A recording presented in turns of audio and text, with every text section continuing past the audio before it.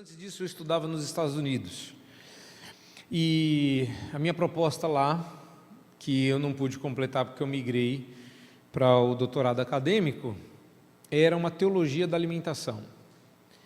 Eu queria mostrar que a Bíblia não apenas diz que tem comida para comer, mas ela diz que tem uma maneira certa de comer. Existe uma maneira bíblica de se alimentar. Existe uma teologia da alimentação, uma teologia da comida. Essa pesquisa não foi completada, mas ela me ensinou muitas coisas. Posteriormente, já no doutorado na África do Sul, eu tive a oportunidade, como estudo colateral, de participar de uma conferência sobre transtornos alimentares.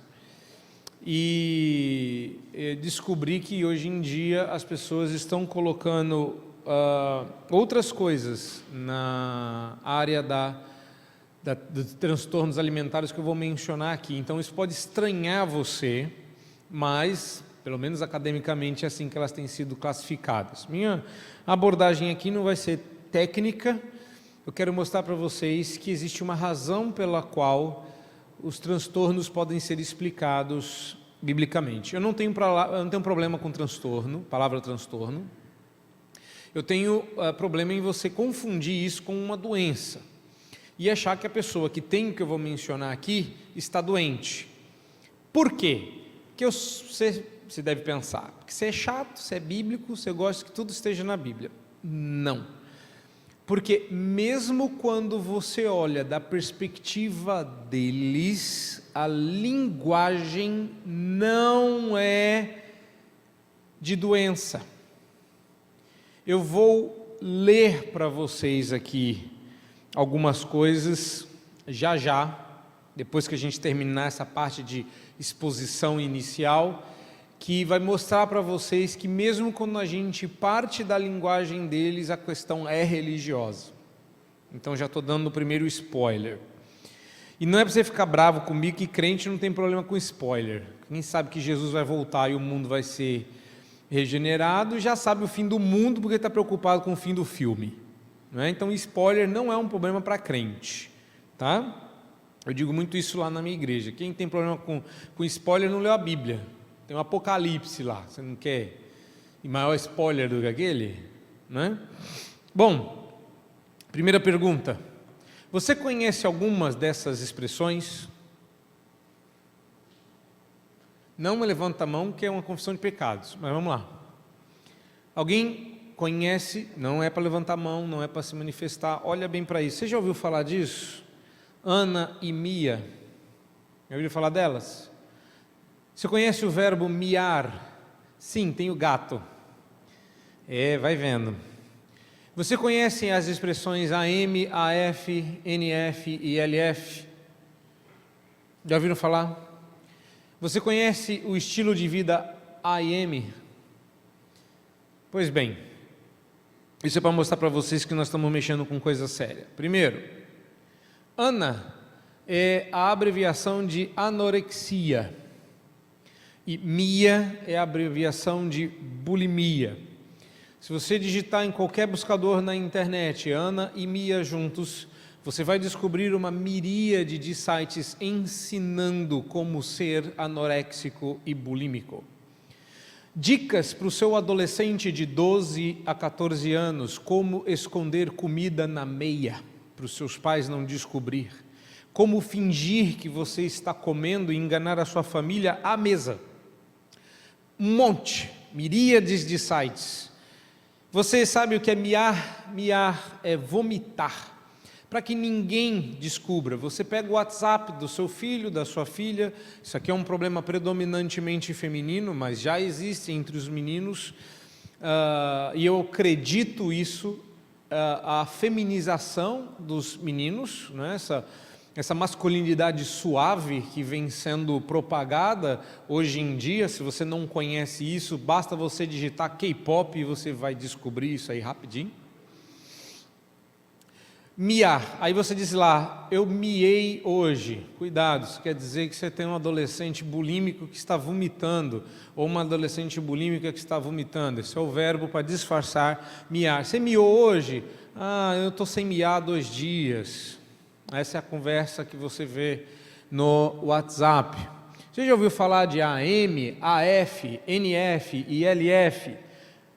AM, automutilação. AF, autoflagelo. NF, no food. Há quanto tempo você está em NF? Eu estou em NF há 3 dias. Existe documentário no Netflix, existe filme sobre isso, de sucesso inclusive. Pessoas que passam 7, 10, 14 dias NF. O mais normal é o LF, obviamente, né? O low food, é a pessoa que come uma ervilha a cada 2, 3 dias. Não é brincadeira, não.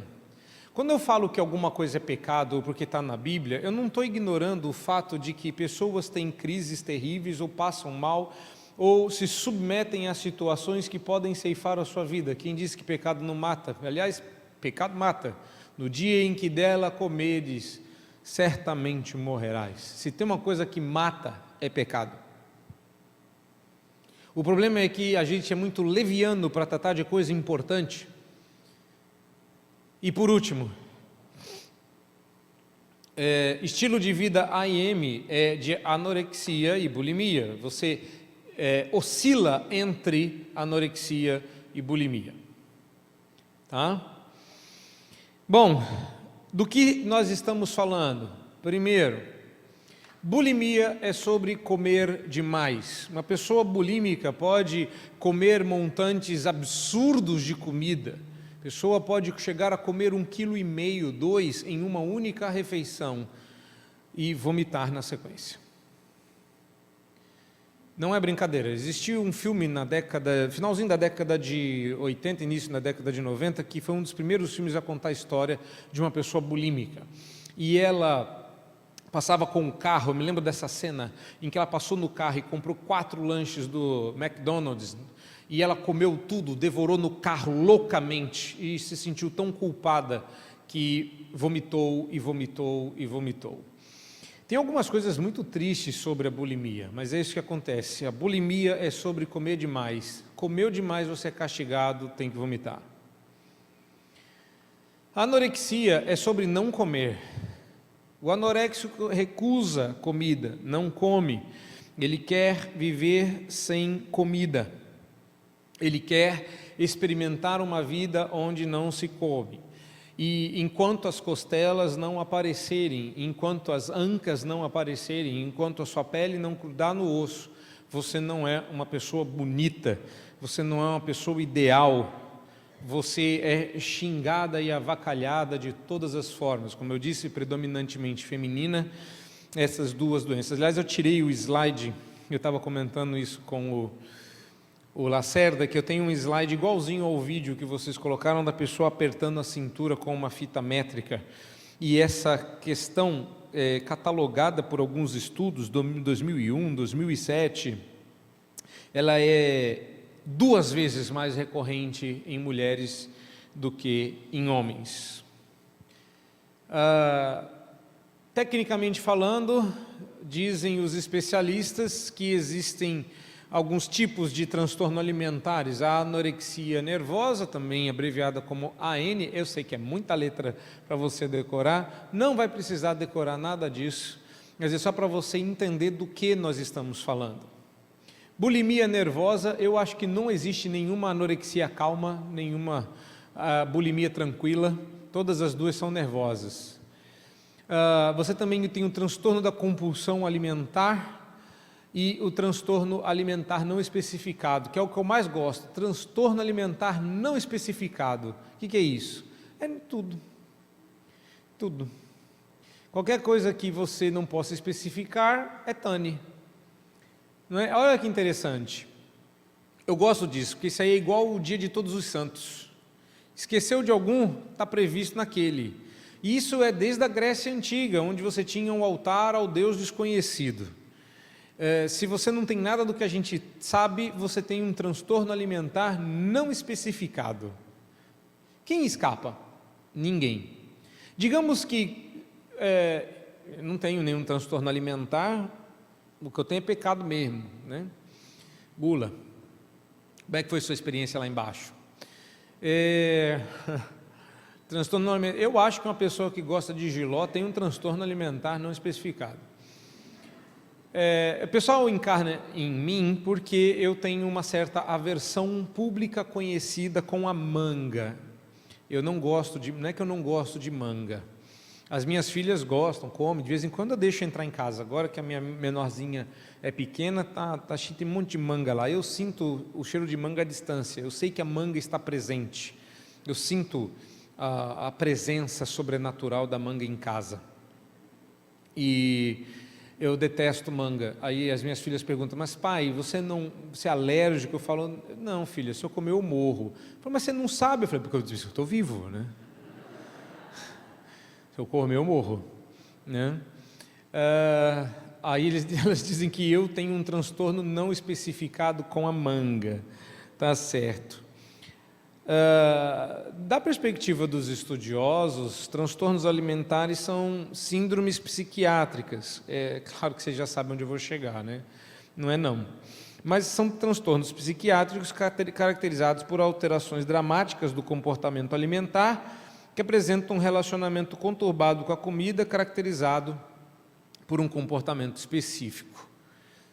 Por que eu mencionei isso? Porque eu acredito nisso? Porque esse é o meu pressuposto? Claro que não. Eu coloquei isso aí para vocês porque, da perspectiva técnica, essa é a maneira como eles classificam o transtorno alimentar. Não existe qualquer indicação de uma doença nessa definição. Só lê. Eles estão dizendo que transtorno alimentar é uma alteração de comportamento em relação à comida e que esse comportamento é conturbado. Eu não sei como isso passa como definição técnica, mas é assim que a coisa aparece lá fora. Bom, como eu disse a vocês na primeira palestra, o que aconteceu foi que, já que a gente não pode provar que aquilo que a gente está vendo, experimentando, testemunhando, esteja dentro do círculo, a gente aumenta o círculo para ele abraçar aquilo que está fora do círculo. Então, se eu não consigo provar que aquilo é uma doença, eu mudo o conceito de doença para que agora aquilo passe a ser. Aí ficou fácil. Porque se você muda o horário do seu relógio, você nunca vai chegar atrasado. Lembram disso? Pois é. Eu não acredito nisso, mas existe um quê de verdade aí. Essa definição é boa para nós, porque diz que isso é uma questão de comportamento e que é um relacionamento conturbado com a comida. Bom, primeira coisa que você precisa saber para a gente sair daí e chegar na Bíblia. Primeira coisa, básica. Todos os aspectos da vida possuem significado espiritual, e isso equivale a dizer que comer não é algo isolado da fé cristã. Olha, isso não passa perto do que vocês estão pensando sobre tem que orar antes de comer. Eu nem vou mencionar isso. Mas não passo perto disso. Quando eu digo nas palavras da minha irmã Maria Cecília Alfano, que comer não é uma coisa que a gente faz fora, um ato isolado da minha vida cristã, isso significa que comer é um ato devocional. Você não está entendendo? Tudo o que você faz é devocional. Trabalhar é devocional. Casar-se é devocional, ter filhos é devocional, não é só ler a Bíblia que é devocional ou orar, tudo é devocional. Não existe nada, se até o ar que enche os seus pulmões você deve a Deus, respirar é devocional. Se respirar é devocional, se a gente canta que Deus é o ar que a gente respira, e que a gente prefere ficar sem nada, até sem água, só não pode faltar Deus, como comer? Não seria devocional? Tudo o que nós fazemos é devocional. Você vive Coram Deu, você vive diante da face de Deus, não existe nada que você faça que esteja fora do caráter devocional da sua vida cristã. Isso é um pressuposto, mas se isso for verdade, você assumir essa perspectiva, então comida não é mais simplesmente comida. Então a gente está se movendo daquela questão lá fora e como se vê a questão dos transtornos alimentares, nos movendo em direção à Bíblia. E aí nós esbarramos num problema, porque o nosso tempo vê uma crescente abordagem reducionista e tentará reduzir as nossas relações à comida a uma mera questão nutricional. Ou seja, você come por necessidade. Você come porque você precisa de nutrientes, você come porque você precisa de vitaminas, você come porque você precisa de carboidratos. Eu sei que hoje em dia a gente está demonizando os carboidratos, mas você precisa disso. Tem nutricionista na sala? Não? Precisamos desse povo aqui, precisa pegar o evangelho para os nutricionistas. Você precisa de proteína, carboidrato, você precisa de tudo isso, mas quando você reduz a vida a isso, você come por necessidade. Anota aí, comer por necessidade está errado, comer por necessidade é pecado. E dureza, né? Olha, pastor, eu estava indo muito bem até agora, mas daí a dizer que a gente não pode comer por necessidade um pouquinho demais. Você está falando isso porque lá na sala do Lacerda tem umas comidas lá. Está falando isso porque na hora que eu desci não tinha mais o que comer e aí eu... Não, brincando, nem sei o que vocês comeram lá. Mas vai que essa foi a sua experiência. Você chegou na mesa, acabou. Eu falo, e agora? Vou passar fome, vou ter que assistir a segunda palestra em jejum e oração. Comer por necessidade. A gente come por necessidade, pastor. Como é que não é comer por necessidade? Guarde isso, porque no final eu vou voltar ao ponto. Tá? Reduzir o nosso relacionamento à comida, às questões de necessidade, está propiciando, abrindo as portas, fechando, como que quem algema a pessoa a um relacionamento que estará sujeito a transtornos e desordens sem qualquer saída.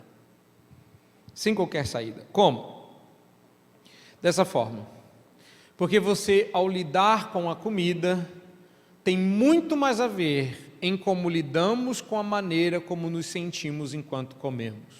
De novo, falando sobre esse assunto, mostrando para vocês que existe literatura de caráter bíblico, como os trabalhos do Ed Welch, que já tem vários traduzidos para o português, sendo vendidos lá embaixo, mas esse nós não temos traduzidos, que é o Desordens Alimentares, né? Eating Disorders, do Ed Welch.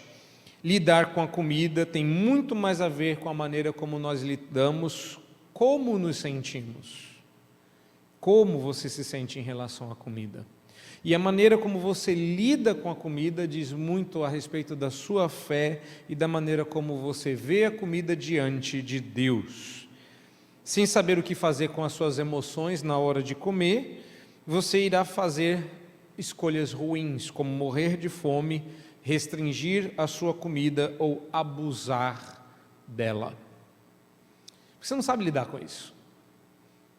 Você não sabe lidar com a comida de maneira devocional. A gente se sente muito triste ou muito feliz quando a gente vê a comida. A gente tem as nossas emoções se movimentando euforicamente dentro do nosso coração, descontroladamente. Às vezes não, às vezes o que você vê sobre a mesa não te apetece. E aí você não come porque aquilo não te apetece, mas tem horas que você morre de tanto comer. Você fala assim, eu não vou conseguir comer outra vez na minha vida. Dá 2 horas, você está com fome. Mas você nunca parou para pensar no caráter vaidoso da comida, como comer é vaidade. Comer é vaidade, não interessa quanto você coma. Não interessa quanto você coma. Algum tempo depois você estará com fome de novo. Por que Deus fez a gente para comer tanto? Vocês já pararam para pensar? Deus projetou o corpo humano para ter fome. toda hora. Vocês conhecem o Hulk? Vocês viram Vingadores? Quando ele aparece lá em Nova York e o Capitão América diz para ele: essa é uma boa hora para o senhor ficar irritado, Dr. Banner. E ele vira e diz: esse é meu problema, capitão, eu estou sempre irado. Eu sou o Hulk da gula, da gorduchice. Eu digo para minha esposa: o meu problema é que eu estou sempre com fome. Só que ao invés de eu ficar verde e musculoso, eu sou um Hulk meio de cabeça para baixo. E todos nós somos, né? A vida nunca emagrece, a vida sempre nos engorda. Eu admiro aquelas pessoas que casam, fique esperto, e alguns anos depois entram na roupa que casou. Eu assisti uma série, Eu, a Patroa e as Crianças, e em um desses episódios eles começaram a vestir as roupas de quando eles tinham acabado de se casar. Eles não entravam na roupa, e quando entravam ficavam ridículos, porque a vida vai nos engordando e a gente sempre pensa que comer é uma questão de magreza, gordura, peso. De novo, você está pensando em termos de necessidade. Calma, vamos chegar lá, tem muita coisa para a gente ver. E a primeira delas, quem vai falar é Jesus. Você pode abrir a sua Bíblia em Lucas 12, 23, mas eu tomei a liberdade de citar Jesus como se ele fosse um grande pensador. E o que ele diz? Ele disse que se você reduzir a sua vida ao que você come, você está errado. Tem um filósofo antigo que diz assim: você é o que você come. Jesus desmente ele e diz: a vida é mais do que o alimento. Básico como a lógica linear. Você é o que você come, está em direta oposição ao Senhor Jesus dizer em Lucas 12, 23, que a vida é mais do que o alimento. Sim, essa noite é uma noite de decisões, você vai ter que optar, ou você vai ficar com Jesus, ou você vai ficar com o outro lá. Não pode ser verdade no mesmo universo, ao mesmo tempo, você ser o que você come e a sua vida ser mais do que isso. Não dá. Ou você é o que você come e reduz o seu ser à sua alimentação, ou Jesus está certo e a sua vida é mais do que o alimento. Não é um negócio muito simples, mas dá para entender, né? A decisão não é simples, entender é. Como eu disse, o grande desafio de você tratar desses assuntos não é compreendê-los, é aceitá-los. Nós começamos com a Bíblia, agora nós vamos entrar fundo nela. Bom, a gente poderia abrir, né? Você pode abrir a sua Bíblia lá em Gênesis 3 e passar os seus olhos pelo incidente, não é? O que acontece em Gênesis 3? Adão havia sido instruído por Deus para não comer da árvore da árvore do conhecimento do bem e do mal que estava no jardim. Satanás aparece e confere para ver se Adão tinha decorado a proposta. Mas Adão não estava presente e ele, mais sagaz do que todos os animais selváticos, tentou a mulher. Verso 2. Respondeu-lhe a mulher: do fruto das árvores do jardim podemos comer, mas do fruto da árvore que está no meio do jardim, disse Deus, dele não comereis, nem tocareis nele, para que não morrais. Olha o verso 4. Qual foi a primeira atitude da serpente? Qual é a primeira coisa que Satanás vai fazer tentando a gente? Ele vai desmentir Deus, ele vai dizer o contrário. É certo que não morrereis. Esse momento, essa hora, deveria ter sido a primeira vez na história em que alguém dissesse: arreda Satanás. Era a hora.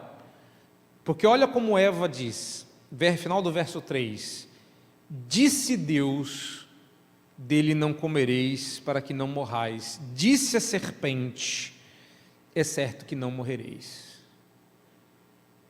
A vida é feita de decisões. A primeira decisão é que voz você vai ouvir. A voz de Deus ou a voz da serpente. Um diz, você é o que você come. Se você não comer da árvore do conhecimento, você não terá conhecimento, você é o que você come. O outro diz, a vida é mais do que o alimento, dá para viver sem comer isso aqui. Estão acompanhando? Faz sentido? Uma pena, porque aí não tem como você negar que a Bíblia fala de alimentação. Gente, tinha tanta coisa naquele jardim para fazer. Por que Deus colocou o teste na comida?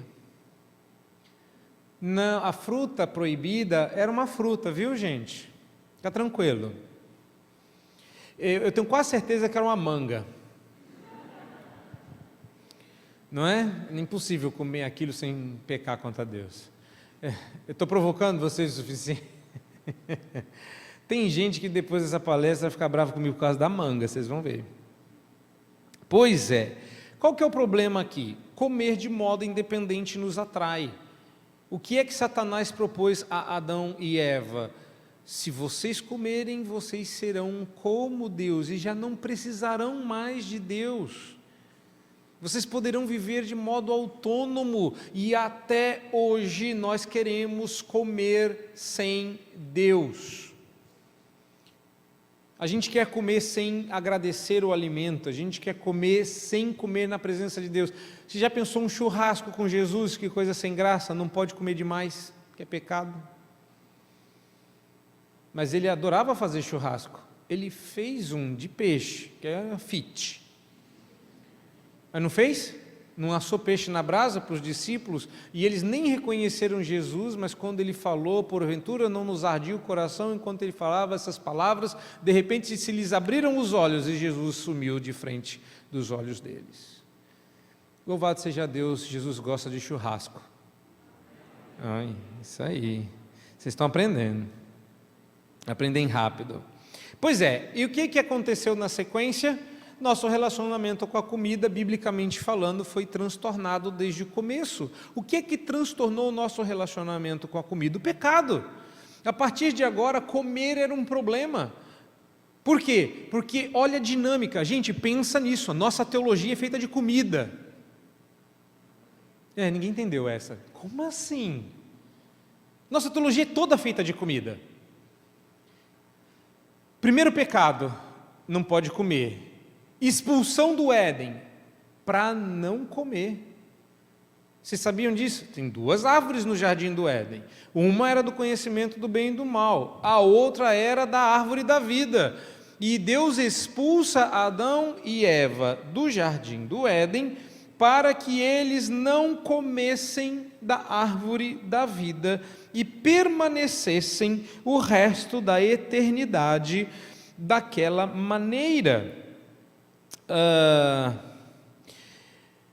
Deixa eu achar aqui isso, no capítulo 3 ainda de Gênesis, mas eu não sei se está aqui, que eu perdi a minha anotação. Deixa eu ver aqui.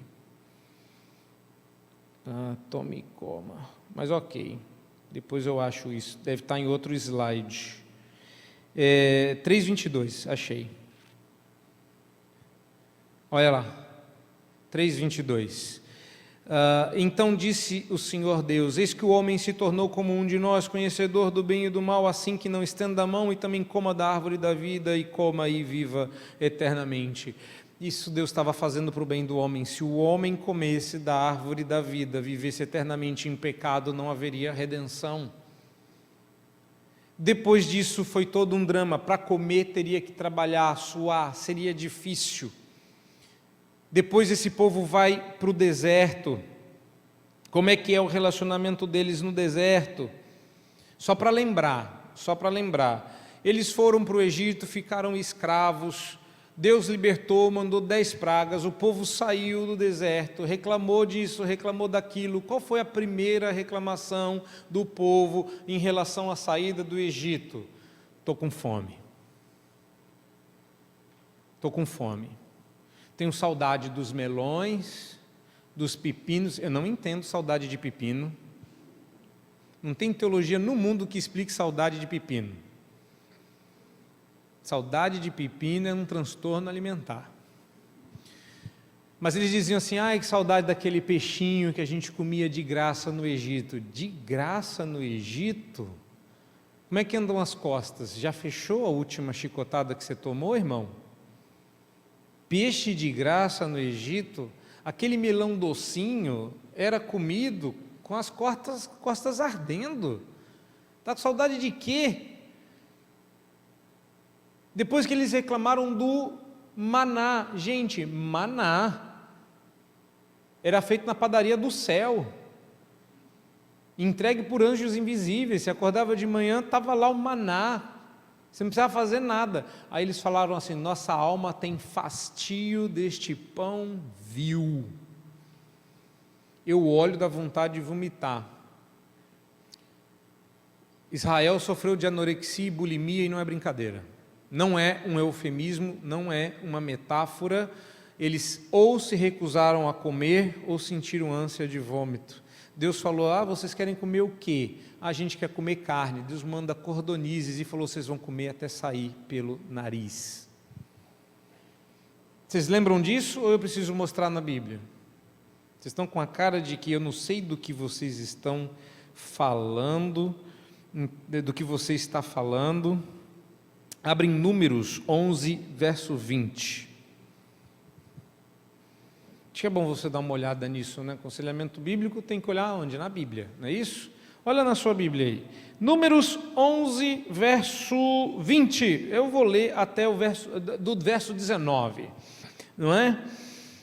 Pelo que o Senhor vos dará carne e comereis, não comereis um dia, nem 2, nem 5, nem 10, nem 20, mas um mês inteiro, até vos sair pelos narizes, até que vos enfastiei dela, porquanto rejeitastes o Senhor que está no meio de vós, e choraste diante dele, dizendo: por que saímos do Egito? Não é brincadeira. A nossa fé é uma fé eivada de comida.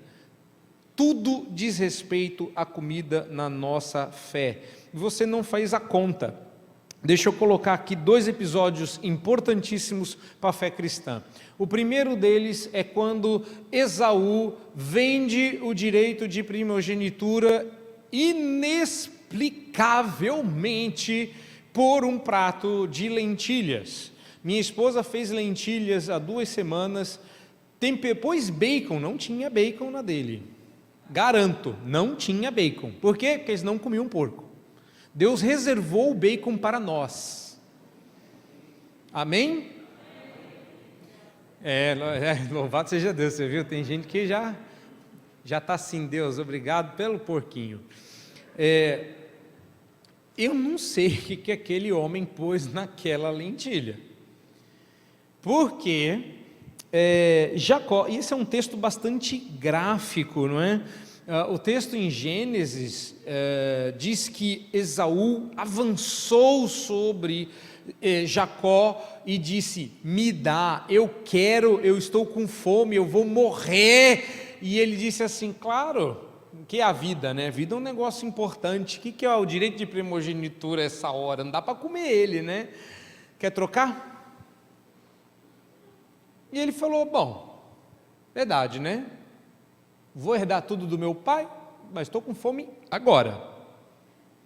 Agora não dá para comer herança. Troco. E aí começa a nossa saga. Por quê? Porque todo mundo que é crente hoje diz que é povo de Deus, Israel. Israel é o nome de Jacó transformado depois de convertido. E como é que ele se torna o nosso pai na fé? Nessa pataguada aí. Quando ele compra o direito de primogenitura do irmão por um prato de lentilha. Pensa um negócio que rendeu. Uma lentilha velha lá que ele ganhou só a herança do planeta inteiro. Esse Jacó era esperto.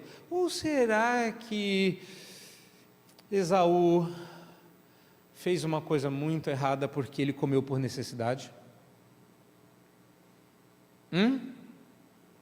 Ou será que Esaú reduziu a sua vida à própria fome e disse: se eu não comer agora eu morro, e esqueceu que a vida é mais que o alimento? E esperto como Jacó era, acabou se apropriando de sua primogenitura. Existem fartos e inúmeros casos, mas eu acho que esse é um dos mais emblemáticos. Por quê? Porque Esaú era ruivo, e o prato de lentilhas era de molho de tomate, porque ele era vermelho. E até hoje, diz a Bíblia, né? Que até hoje se chama aquela região de Adão. Se você preferir em hebraico, Edom. Edom é a palavra hebraica para vermelho. Edom é a palavra hebraica para vermelho. Se você não sabia nada de hebraico, aprendeu uma coisa hoje. Porque Deus chamou Adão de Adão e não de outro nome, porque ele tirou ele da terra. Adão significa vermelho como a terra. O homem vermelho vendeu a primogenitura por um prato vermelho na terra vermelha. Ironia das ironias, tudo é ironia. E lá estava Esaú. E quem estava pairando ali ao redor? Comida. Meus irmãos, vocês nunca perceberam que quando Jesus morreu, ressuscitou e nos deixou o dever de lembrar da sua vida e morte, até que Ele venha, Ele não deu doutrina? Ele deu muita. Ele não deu uma oração para a gente fazer, embora Ele tenha ensinado uma, mas o que Ele falou é para fazer, porque todas as vezes que comerdes deste pão e beberdes deste cálice, anunciais a minha volta. Sabe quando você anuncia a volta de Cristo? Comendo. Sabe como é que você anuncia a volta de Cristo? Bebendo. Você já viu que redenção e pecado estão conectados à nossa comida e que não dá para você comer por necessidade? Porque crente não come por necessidade. Anota aí, crente come por expressão. Crente come por expressão. Você foi criado para expressar a glória de Deus. Qual é o fim principal do homem? Glorificar a Deus. Nós comemos para expressar a glória de Deus. Eu me lembro que eu pastorei no interior de São Paulo, em Barretos, uma cidade muito bacana em termos de carne. Lá tem muitos frigoríficos e alguns deles abatem a carne lá mesmo e vendem para nós. Então imagina, você vai no mercado do abate e você tem carne fresca que morreu há cerca de 2, 3 horas atrás. Vocês não sabem o que é isso. É muito difícil, eu já não sei mais também, já esqueci. Mas eu me lembro da época. Eu me lembro de uma época que nós tivemos um problema de exportação de carne e o público brasileiro teve que consumir a carne que não foi exportada. E eles estavam vendendo peças e mais peças de picanha por 20, 22 reais. Bênção. E eu me lembro que um dia desses, daquela época muito louca, um irmãozinho me convidou para almoçar na casa dele, bênção de ser pastor, tem que tomar cuidado. E ele fez uma carne maravilhosa, eu nunca tinha comido uma carne tão boa. E a minha expressão chocou a todos. Eu falei, toda vez que eu como uma carne dessa, eu me lembro de Deus e dou glórias. Aí todo mundo parou e falou, de Deus e da glória? Eu falei, é Deus que criou a carne. Deus que criou a vaquinha. Deus que deu sabedoria. Isso aqui é um motivo para glorificar de pé. Só que aí não dá para comer, então a gente senta. Então, é esquisito isso, né? Dá vontade de louvar depois de comer? Não, que a gente está muito cheio. Não, tem que dar. Aonde que eu estou querendo chegar? Você, quando não pensa teologicamente sobre o seu relacionamento com a comida, tem que achar uma explicação biológica, tem que achar uma explicação filosófica, tem que achar uma explicação emocional. A Bíblia dá uma explicação teológica para o nosso relacionamento conturbado com a comida. Se a definição de transtorno alimentar é um relacionamento conturbado com a comida, o que é que conturbou o nosso relacionamento com a comida? O pecado. O que é que restaura o nosso relacionamento com a comida? A redenção. Ele é a nossa comida e bebida, Ele se fez tal qual, Ele disse, este pão é o meu corpo, este sangue, esse vinho é o meu sangue. Ele se tornou a nossa comida e bebida, para que a gente pudesse dizer o que Ele disse da vontade de Deus Pai. Minha comida e bebida é fazer a vontade de meu Pai. Crente não pode comer por necessidade, crente tem que comer por expressão. Já deu para decorar? Como é que a gente come? Por expressão. Então qual é a nossa primeira preocupação na hora que a gente for comer? A glória de Deus. Isso cura transtorno alimentar? Eu posso garantir que sim. Eu já tratei de pessoas com transtornos alimentares e verdades tais quais as libertaram. Deixa eu mostrar, antes de prosseguir, tem alguns textos aqui, tem algumas coisas importantes, mas antes de eu continuar, deixa eu mostrar para vocês que o relacionamento com a comida é religioso. Se você tiver as emoções à flor da pele, eu peço licença, por favor, não... Bom, ouça isso com atenção, mas tome cuidado, porque o que eu vou ler agora é forte. Eu disse a vocês que se você procurar sobre Ana e Mia na internet, você vai descobrir alguns sites. Eu descobri há muitos anos atrás, a primeira vez que eu estudei isso, e porque eu tive que dar essa palestra em um hospital, ou para profissionais hospitalares, eu tive que resgatar. Achei, não vou dizer onde está, depois eu passo para o Lacerda, quem quiser conferir, mas o texto chama-se Recado de Ana. Recado de Ana. Presta atenção, parece Bíblia, não é brincadeira. Presta atenção que Ana está escrevendo. Isso aqui é a carta de uma anoréxica, que tem um blog, e ela conversa com a sua doença, ela conversa com o seu transtorno. Só que ao invés dela escrever para Ana, Ana escreve para ela. E Ana dá o seguinte recado, presta atenção: você não pode fugir de mim, nem mesmo se esconder. Eu assisto cada singelo passo que você toma. Isso não lembra um salmo? Eu o verei até o dia em que você morrer. Eu quero que você odeie meus inimigos, esses que colocam nas nossas cabeças. Você deve acreditar no que eu digo, sem entender como ou porquê. Você é um fantoche nas minhas mãos, e eu não tenho a pretensão de deixar você cair fora. Todos os medos que você enterra dentro da sua alma, surgirá à tona dentro desse lugar que nós te chamamos. Não existe amor para ser dividido. Você não pode amar ninguém, só a mim. Eu sou a sua vida, eu sou o seu domínio, seu Deus e sua salvação. Isso é a anorexia falando com a moça. Que eu queria que acabasse por aí, mas tem um segundo trecho.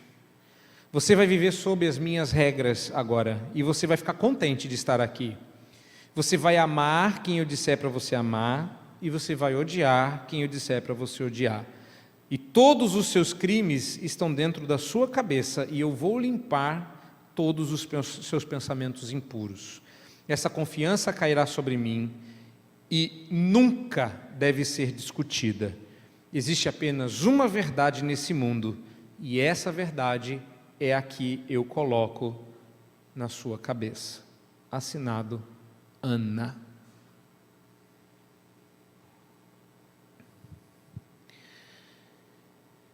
Ana escreveu de novo para essa moça. Permita-me apresentar meu nome, ou como eu sou chamada pelos doutores. É a anorexia. Anorexia nervosa é meu nome completo, mas você pode me chamar de Ana.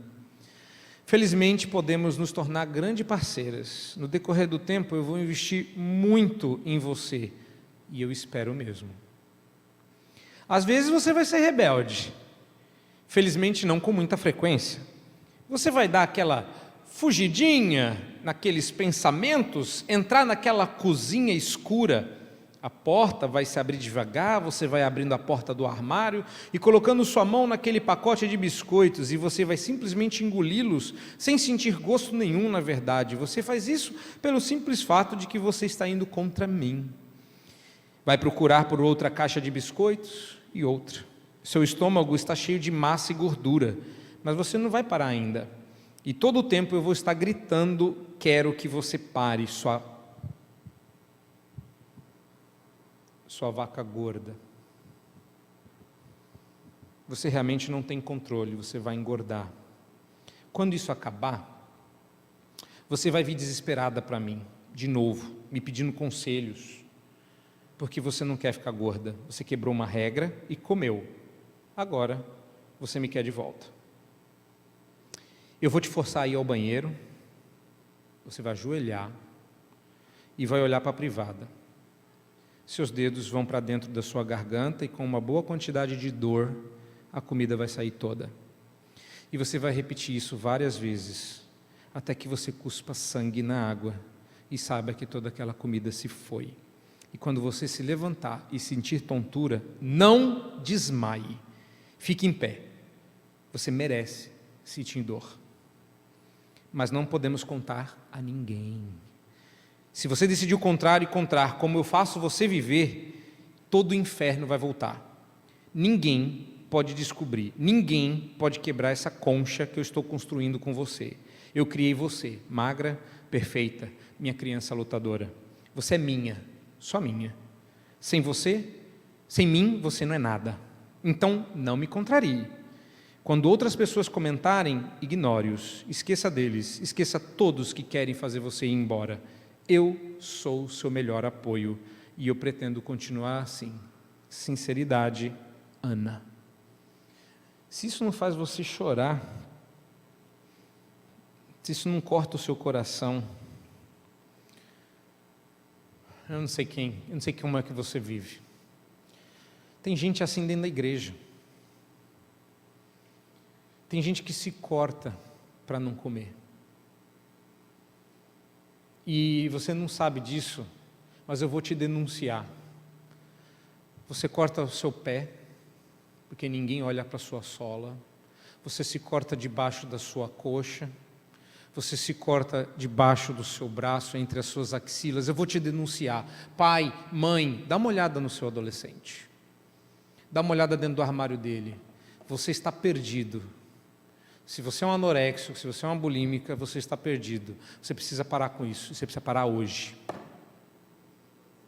Ana é uma deusa, Mia é uma deusa. Se você não enxerga o caráter religioso do que eu acabei de ler, tem algo muito errado com você, meu irmão, minha irmã. Deus colocou a comida no mundo para espelhar a sua própria glória. Deus se fez alimento para a sua própria glória. E se você não come por expressão, você é um escravo da sua necessidade. Por que comer é um transtorno? Porque o pecado altera tudo. É uma questão de adoração colocar seus hábitos alimentares sob o senhorio de Cristo. Eu aconselhei uma anoréxica. Ela não queria comer. Ela passava facilmente 4, 5, 6, 8 dias sem comer. E eu disse para ela coisas como essa e disse: você tem que comer. E ela falou: mas eu não quero. Eu falei: eu não perguntei se você quer e eu não disse que você tem que querer comer. Você tem que comer. E ela me perguntou: como eu faço para comer? E eu disse: coma em nome de Jesus. Coma por amor a Deus. Semanas depois ela apareceu, visivelmente melhor. Eu falei: e agora? Ela falou: eu ainda detesto cada garfada que eu dou. Eu falei: como é que você está comendo? Eu abaixo a cabeça e oro, dizendo: Senhor, o que eu sinto está errado. Mas eu vou comer por amor do teu nome. Eu vou comer porque eu te amo. Porque eu te amo mais do que eu me amo. E eu mastigo e engulo por amor a Deus. Ah, você vai dizer: mas ela não está curada. Ah, é? Porque lá fora curaram? Existe cura lá fora? Lá fora não existe cura e não existe comida. Aqui existe devoção, adoração e alimento. Comer pode ser um transtorno porque a gente não come diante da face de Deus, a gente não come para a glória de Deus, a gente come para a nossa própria glória. E a gente para de comer para a nossa própria glória. É tudo para a nossa própria glória, para a nossa própria beleza, ao invés da beleza de sua santidade. A gente faz isso por amor a si mesmo, por amor próprio, não é isso que as pessoas dizem, ao invés de por amor a Deus. Você não está entendendo que essas coisas curam? Imagina, Deus mandou comer, que é ordem mais bendita do que essa? Pedro cheio de dedos, reclamando que Paulo estava comendo toicinho. Deus fez um porco aparecer na frente de Pedro e disse: mata e come. E Pedro foi pelas orelhas, puxadas por Deus e disse: trate de comer bacon. Não é brincadeira não. Um porco inteiro, mata e come. Foi pernil, foi bacon, foi feijoada. Pedro passou 3 meses comendo aquele porco, não é possível. Mas você acha que isso tudo é nada a ver? Tem que tratar com o especialista em alimentação é Deus, porque Ele criou você para comer. Ele te deu comida e Ele mandou você comer pão e vinho. E comer pão e vinho liberta, porque se a ordem é para comer, ao dizer que não, você está dizendo: eu sou independente, eu consigo viver sem comida. Sabe por que comer é vaidade? Sabe por que comer é tão etéreo? Porque comer é humilhante. Comer humilha. Comer diz assim: você depende de outra coisa para viver, e essa outra coisa está aqui na minha mão. Se eu não der, você morre. Comer é um ato de dependência de Deus. É por isso que as pessoas se revoltam contra Deus e dizem: eu não quero. Agora você vai me perdoar, mas existem aplicações inúmeras aqui, inclusive aquela que, para não mencionar e não dar problema, diz respeito àquelas pessoas que estão criando os seus próprios alimentos, à sua própria imagem, fazendo versões químicas falsas de algo que Deus criou e chamando isso de ética superior, porque elas amam os animais, quando Deus mandou comê-los. Pode comer de tudo. Deus disse isso depois do dilúvio, e por isso que botou as galinhas para correr. Colocarem medo no coração deles, porque se eu deixar do jeito que estava, vocês vão devorar tudo. A galinha corre, que é para a gente correr atrás e matar só uma, que se depender da gente vai 3. Faz sentido, porque essa é a lógica que Deus colocou na vida. Mas quando você ignora que a Bíblia tem uma teologia, olha quanta coisa tem a ver com comida. Abra sua Bíblia no Salmo 23.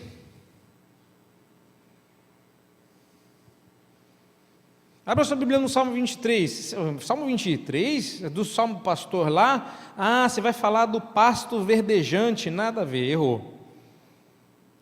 errou. Eu quero que você leia o verso 5. Leia aí. O que é que Deus está preparando para você?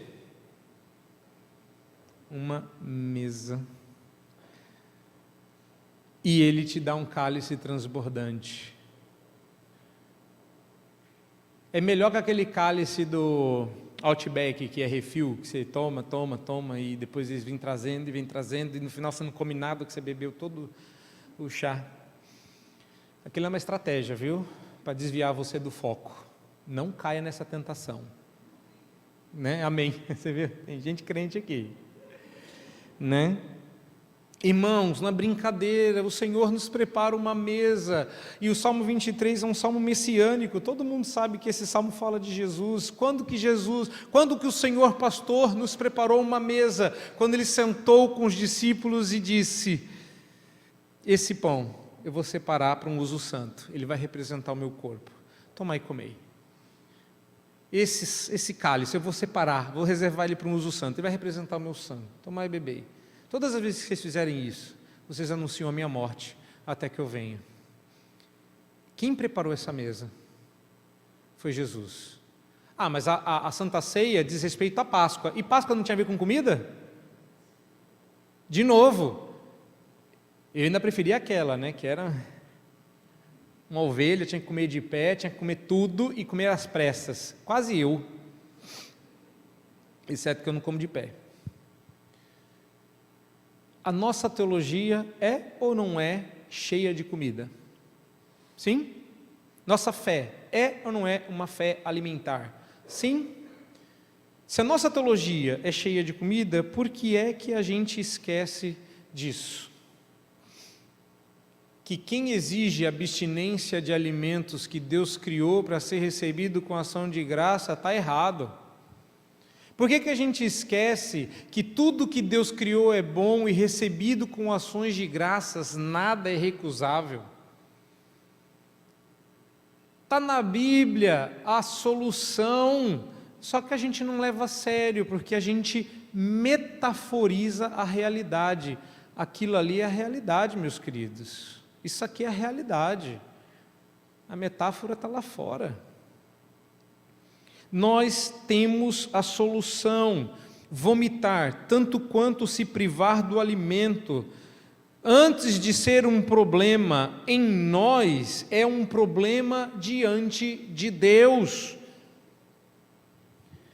Se você observar isso do ângulo das Escrituras, de um outro ângulo, é a maior expressão de rebeldia e ingratidão que alguém pode ter para com o Criador.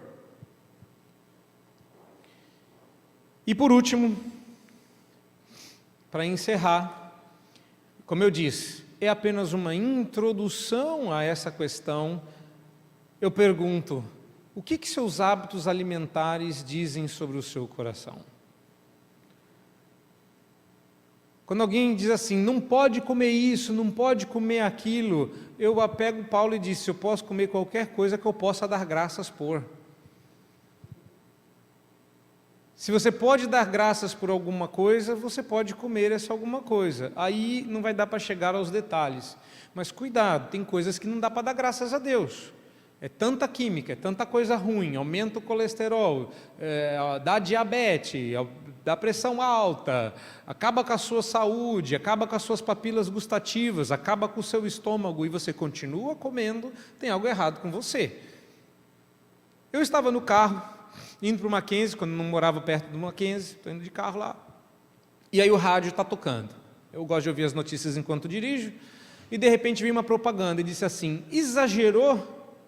Está com aquela sensação de estufamento, aquela azeitona fez mal, toma engove. Eu falei, não. Reparou, ao invés de estimular você a ter autocontrole, a pessoa estimula você a tomar um remédio para dar agora eu posso voltar a comer. Agora que vocês estão mais amaciados, será que eu posso brincar um pouquinho com a desgraça? Eu tinha um presbítero que ele era muito brincalhão, ele contou 2 histórias sobre transtorno alimentar. A primeira era do pastor. Dizem que pastor come muito, mentira, isso já está registrado. Diz que égua come muito, e que padre come igual 2 éguas. O problema do pastor é que ele come igual a 2 padres. Bobeira isso aí. Aí o padre diz que o pastor comeu até dizer chega, né? Estava lá na casa do presbítero, comeu tudo e começou a dar aquele sinal de que precisava ir descansar.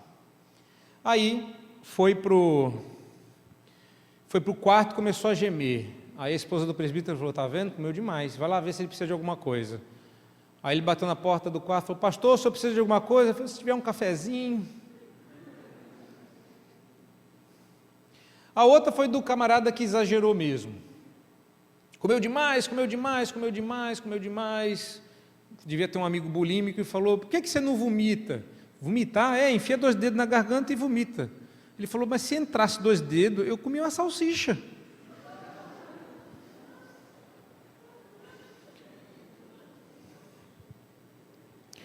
que seus hábitos dizem a respeito do seu coração? Quem é você diante de Deus quando você come?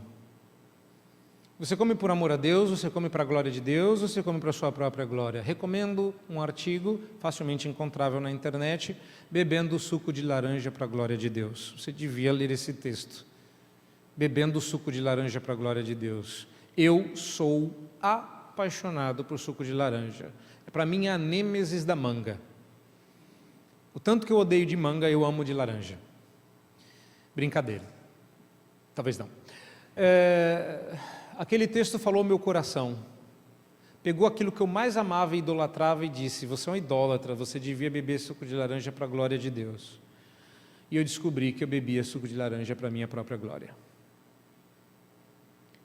Quase tudo pelo que eu falei aqui, eu já passei em algum lugar na minha vida. Quem é você quando você come? E quem é Deus quando você come? Que Deus nos abençoe, que a nossa alimentação não seja um transtorno, mas uma evidência de que nós comemos e bebemos para a glória do Senhor. Amém.